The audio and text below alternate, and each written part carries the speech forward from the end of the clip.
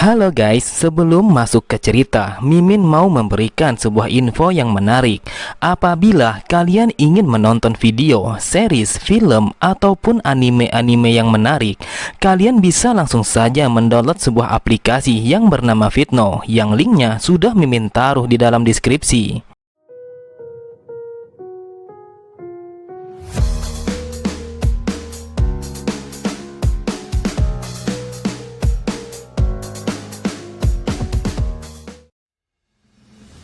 Assalamualaikum warahmatullahi wabarakatuh. Halo semua, kembali lagi di channel Reder Manhwa.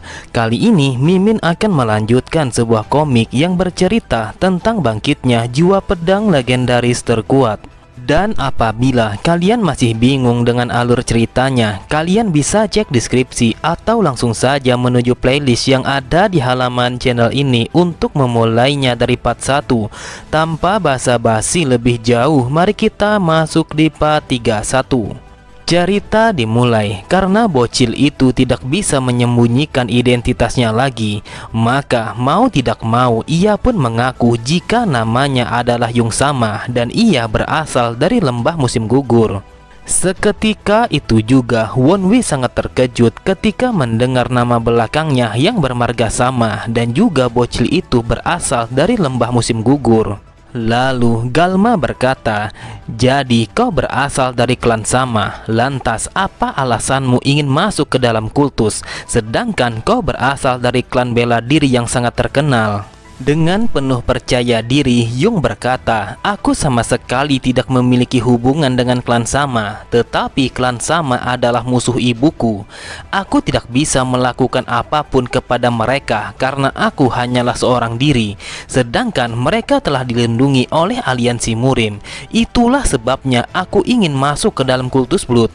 Di sisinya, Sodam bertanya apakah Wonwi teringat akan masa lalunya ketika dia masih hidup sebagai mata-mata. Wonwi pun menjelaskan ada hal lain yang lebih penting daripada itu. Pada dataran pusat ada begitu banyak orang-orang yang memiliki nama belakang Sama, tetapi hanya ada satu orang yang memakai nama belakang itu dan berasal dari lembah musim gugur. Dia adalah orang pertama dari 4 Yvel, sang Yvel pedang bulan. Diceritakan bahwa 4 Yvel adalah seniman bela diri yang tidak bisa dipahami oleh akal sehat bersama dengan 8 seniman bela diri hebat dari dataran tengah. Tidak terkecuali sang Yvel pedang bulan yang bernama Samacak. Ada sebuah insiden di mana sebuah sekte yang ada di Tenggara Sichuan telah terbantai hanya dalam satu malam. Totalnya ada lebih dari 200 korban jiwa. Sekte-sekte lainnya yang berhubungan dengan sekte yang terbantai itu menjadi sangat marah dan bersatu untuk menyerbu lembah musim gugur di mana Samacak berdiam. Akan tetapi 400 orang seniman bela diri yang tergabung dalam penyerangan itu, mereka semua telah terbantai dan tidak ada satu orang pun yang kembali hidup-hidup. Iron pun berkata, "Jadi Samacak membunuh semua orang itu hanya seorang diri." Dan Yung dari garis keturunan Samacak ingin masuk ke dalam kultus Blood. Apa yang dia rencanakan? Wonwi kembali berpikir, tetapi ada sesuatu yang sangat aneh. Semua itu terjadi sebelum aku regresi ketika aku ditugaskan sebagai mata-mata ke dalam aliansi Murim. Di saat itu, Samacak telah pergi untuk melawan faksi tak tertandingi, yang mana pada titik itu mereka sedang berada dalam puncak kemakmuran. Dan pada saat itu juga aliansi telah hancur. Lalu aliansi berharap kalau faksi tak tertandingi akan kalah dalam pertarungan itu. Akan tetapi Samacak telah menentang ekspektasi semua orang karena dia telah bergabung menjadi anggota dalam faksi tak tertandingi. Kemudian rumor yang mengatakan bahwa alasannya melakukan itu karena penerusnya merupakan anggota dari faksi tak tertandingi. Kalau memang semua itu benar, bukannya berada di dalam kultus Blood, akan tetapi seharusnya Sama Yung berada di faksi tak tertandingi. Apakah ini terjadi karena ulahku lagi? Namun sekarang bukanlah waktunya untuk insiden pembantaian faksi itu terjadi, tetapi hanya aku saja yang tahu kalau dia adalah anak dari Samacak. Karena aku mengetahui masa depan dan juga tindakan Samacak, maka aku bisa membantu Hayon agar memiliki level yang sama dengan Yehyang. Dan inilah kartu terbaikku yang aku miliki. Kemudian Galma berkata, kalau begitu kenapa kau sembunyikan wajahmu? Jika kau ingin bergabung kepada kultus kami, maka kau seharusnya tidak menyembunyikan apapun. Karena penyamarannya telah diketahui, maka Hyung pun langsung membuka topengnya secara perlahan. Terlihat sang Galma sangatlah terkejut ketika melihat wajah asli dari Samayung. Ia tidak menyangka dengan apa yang ia lihat di hadapan matanya. Benar saja, ternyata Samayung memiliki paras yang sangat cantik dengan bola mata yang besar. Yung berkata, aku ingin diakui cuman dari kemampuanku, bukan dari jenis kelamin ataupun wajahku. Dengan tatapan mata yang sinis, Sodam bertanya kepada Wonwi. Dia mau bilang kalau dia sangat cantik. Jadi secantik apa dia dibandingkan dengan Hayon? Melihat Wonwi yang tidak bisa menjawabnya, Sodam pun berkata, sudah jelas kalau kau memilih Samayung sebagai wanita tercantik. Kemudian Galma bertanya, Wonwi, bagaimana menurutmu? Apakah wanita ini bisa dipercaya karena kau yang lebih dulu bertemu dengannya?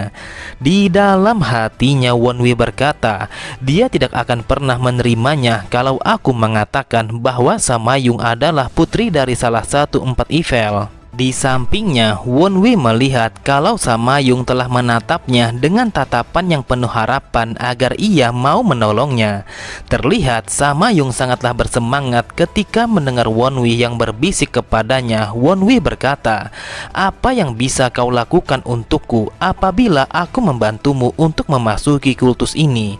Mendengar perkataan Wonwi, Yung hanya terdiam mencoba untuk memahami apa yang dikatakan oleh Wonwi. Di tempat yang berbeda, terlihat sebuah bangunan rahasia milik kultus Blood yang berada di pinggiran lembah darah. Gusang Wong berkata, wahai Sang Evil, kita hanya memiliki waktu yang tersisa selama 1 jam saja. Jadi bisakah kita pergi setelah waktunya telah habis? Dengan kesalnya Sang Evil berkata, bukannya aku bilang kalau aku sudah tahu akan hal itu. Jadi kau tidak usah banyak bicara. Kemudian Hayon pun mencoba untuk mendekati Sang Evil. Ia berkata, wahai paman, meskipun ada banyak bahaya, tetapi paman Galma masih tetap mencarinya. Jadi mari kita menunggu dan percayakan kepadanya. Akan tetapi Sang Evil langsung berdiri dan mengajak Hayon untuk pergi meninggalkan tempat itu. Lalu Sang Evil berkata, apa yang bisa aku lakukan mengenai fakta bahwa nyawanya sudah ditakdirkan untuk berakhir di tempat ini. Dan juga tempat ini akan tidak aman apabila kita mengulur waktu lebih lama lagi. Namun dari arah belakangnya dengan penuh bersemangat Gusang Wong berteriak kepada Sang Evil kalau Wonwi telah kembali. Benar saja, terlihat semua orang begitu bahagia dengan kedatangan Wonwi meskipun ia telah hilang selama beberapa minggu. Bukan hanya mereka saja yang merasa bahagia, akan tetapi Sang Evil juga merasakan hal yang sama. Dari raut wajahnya, Sang Evil tidak bisa menyembunyikan kalau dia begitu bahagia. Bahkan Sang Evil langsung berlari dengan sangat cepat untuk menyambut kedatangan murid kesayangannya. Ia berkata, dasar bajingan, akhirnya kau telah kembali. Di sampingnya Sodam berkata, lihatlah, Pak Tua itu telah tersenyum dengan sangat lebar. Wonwi pun berkata, jujur saja ini di luar dugaanku. Aku tidak menyangka kalau Pak Tua itu akan sebahagia ini ketika melihat kedatanganku. Bahkan dia berlari dengan penuh kegembiraan. Namun tiba-tiba saja Sang Evil langsung menghentikan langkah kakinya karena Sang Evil begitu gengsi untuk memeluk Wonwi. Sebab dari arah belakangnya Sang Evil melihat kalau Gusang Wong dan juga Monwon telah tersenyum kepadanya. Seketika itu juga Sang Evil langsung merubah ekspresinya dan berkata, dasar kau bajingan bodoh, kau bisa berakhir seperti itu karena kau sedang lengah.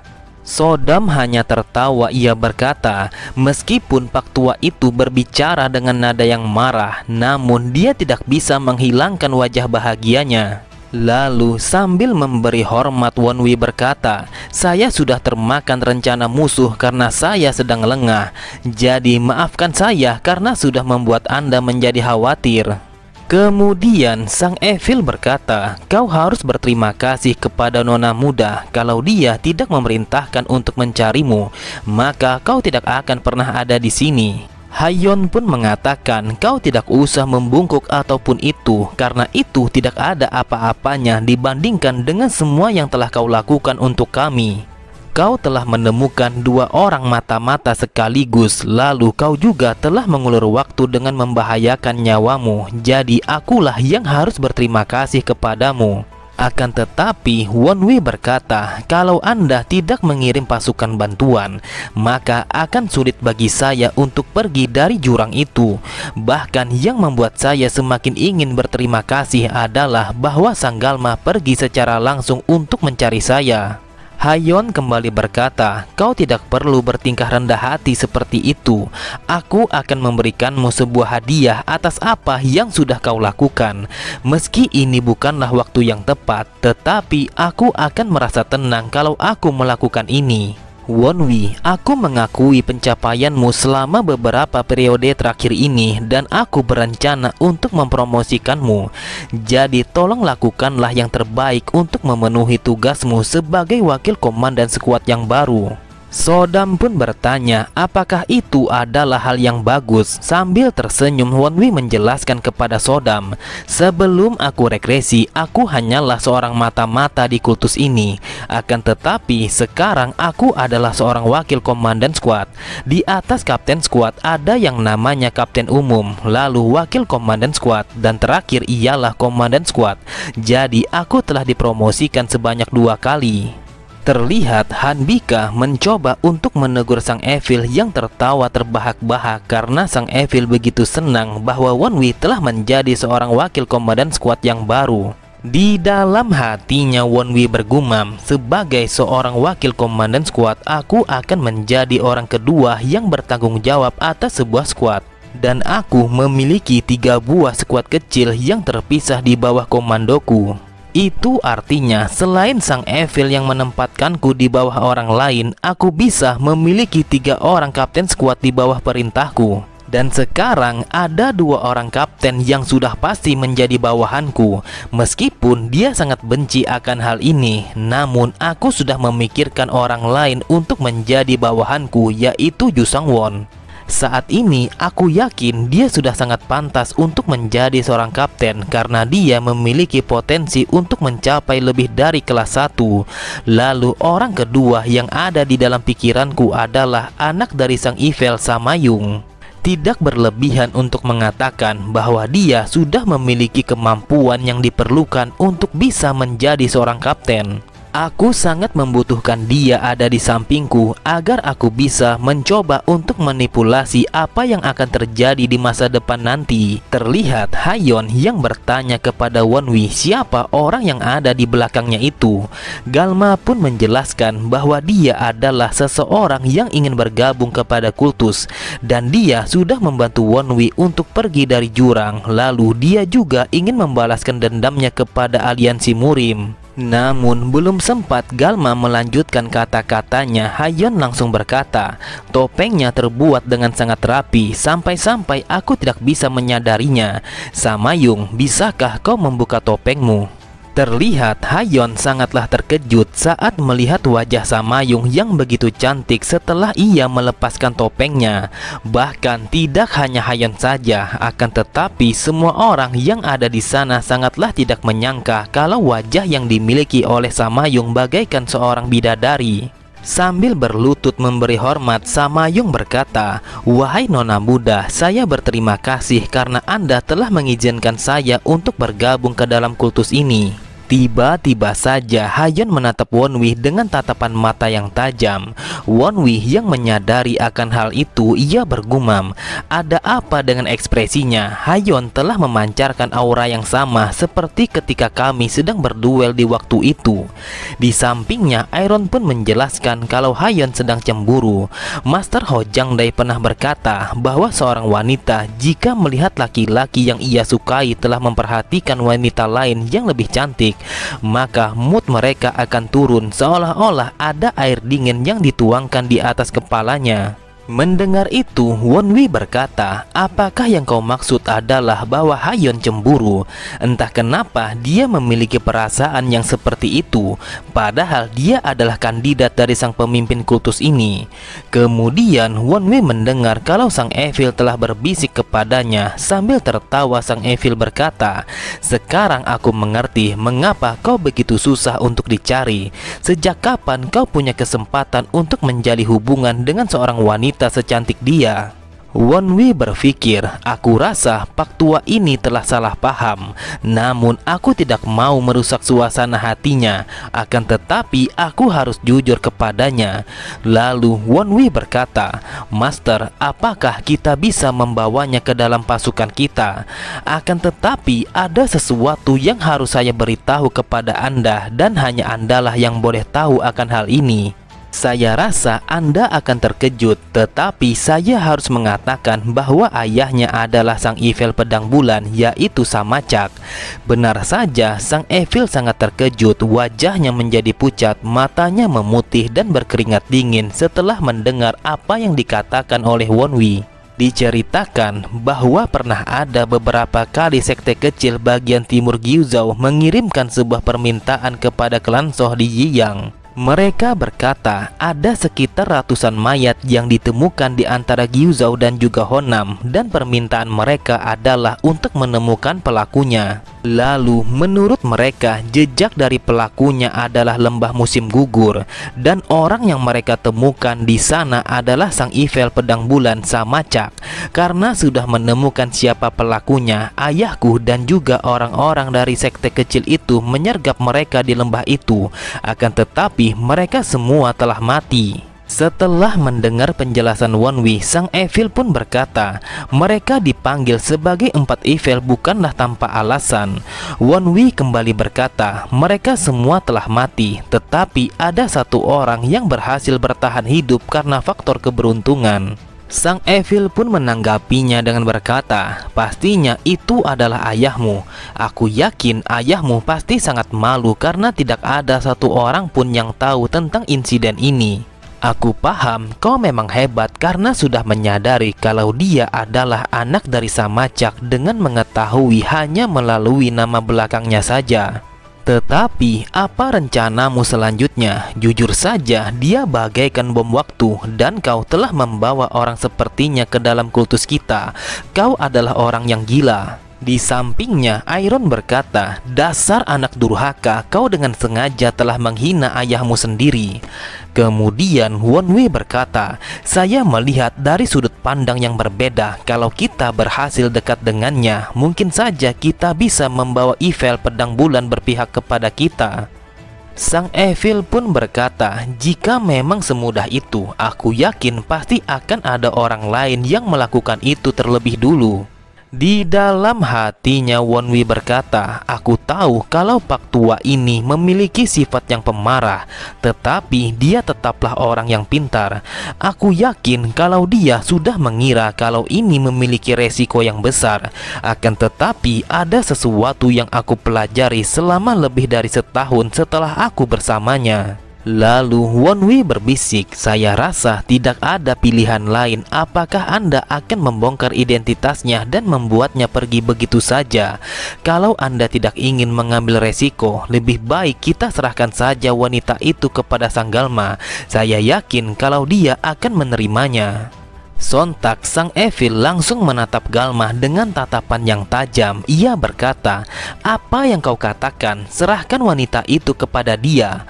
Sambil tertawa penuh kemenangan, Wonwi berpikir, rencanaku berjalan dengan sempurna. Lagi pula Pak Tua ini sangat benci akan kekalahan, apalagi dengan sang Galma. Saat mendengar sang Evil yang bertanya apakah Wonwi bersedia mengambil resikonya, Wonwi pun kembali bergumam, dia termakan rencanaku lagi. Lagi pula aku memang berencana untuk mengambil resiko itu. Tentunya sejak aku menjadi muridnya, aku tidak bisa menjadi satu-satunya yang bertanggung jawab. Kemudian terdengar sang Galma yang berkata, karena aku yang membawanya ke sini, maka aku akan bertanggung jawab padanya sampai akhir. Akan tetapi, di sisi yang lain, Hanbika pun mengatakan hal yang sama. Dia ingin Samayung menjadi salah satu dari muridnya. Mendengar itu, Sang Evil pun berkata kepada Wonwi, "Aku berharap pilihanmu itu adalah benar. Jadi aku akan membawanya ke sisi kita."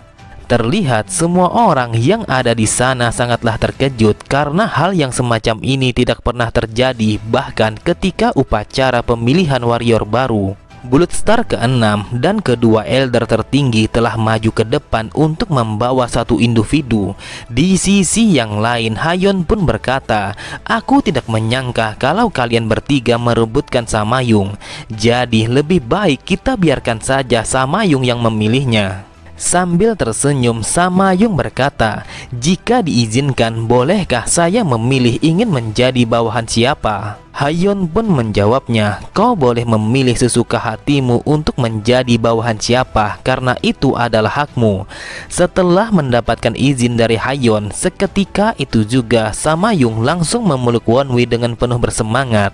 Lalu Samayung berkata, "Saya ingin menjadi bawahan wakil komandan skuad So Wonwi dan tidak ingin menjadi bawahan komandan yang lainnya." Kemudian Samayung menatap kepada Wonwi sembari berkata, "Apakah kerjaku sangat bagus?"